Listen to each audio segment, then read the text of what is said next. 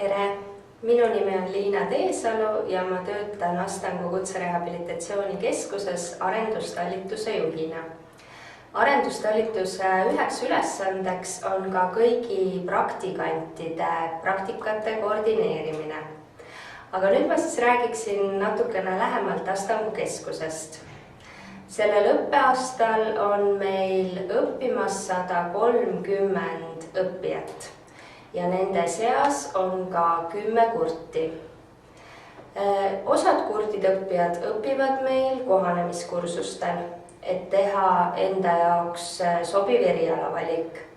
Mõned on aga erialavaliku juba teinud ja nemad osalevad siis kas tööõppekursustel või omandavad kutseharidust. Põhimõtteliselt saavad kurtid õppijad meie majas õppida kõiki erialasid, mis meil on. Näiteks koduteenindust, abikoka eriala, pagaritööd, puidutöötlemist või ka tarkvara ja andmebaaside haldust. Meie õppijad võivad olla vanuses 15 kuni 65 eluaastat. Kuid valdavalt on nad siiski 20 kuni 30 aastased.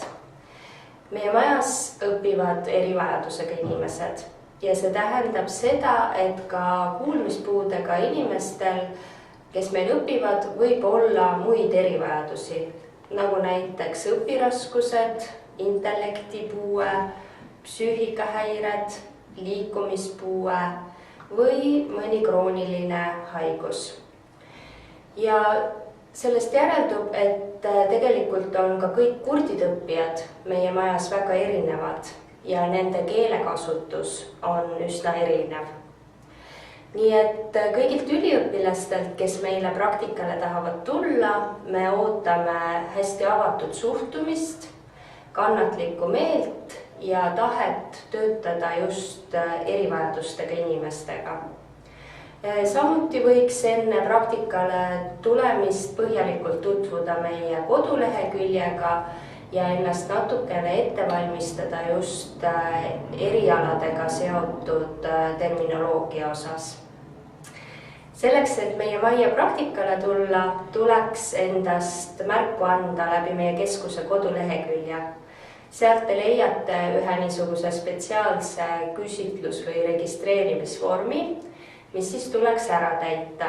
Ja kui te selle vormi olete täitnud, siis me võtame teiega juba ise ühendust, et praktika osas täpsemalt kokku leppida.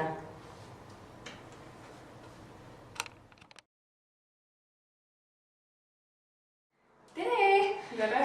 Nüüd me oleme jõudnud oma jutujärjega tõlkide kabinetti 408, kõige kõrgemal korrusel, 4. korrusel.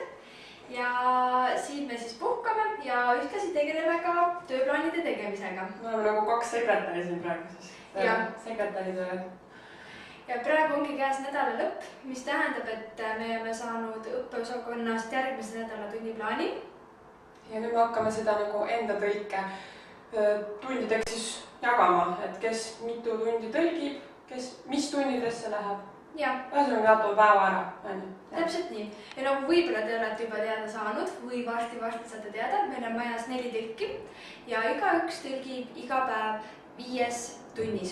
Ehk siis 5 korda 40 minutit kokku. Ja rohkem, rohkem tavaliselt me ei tõlgi.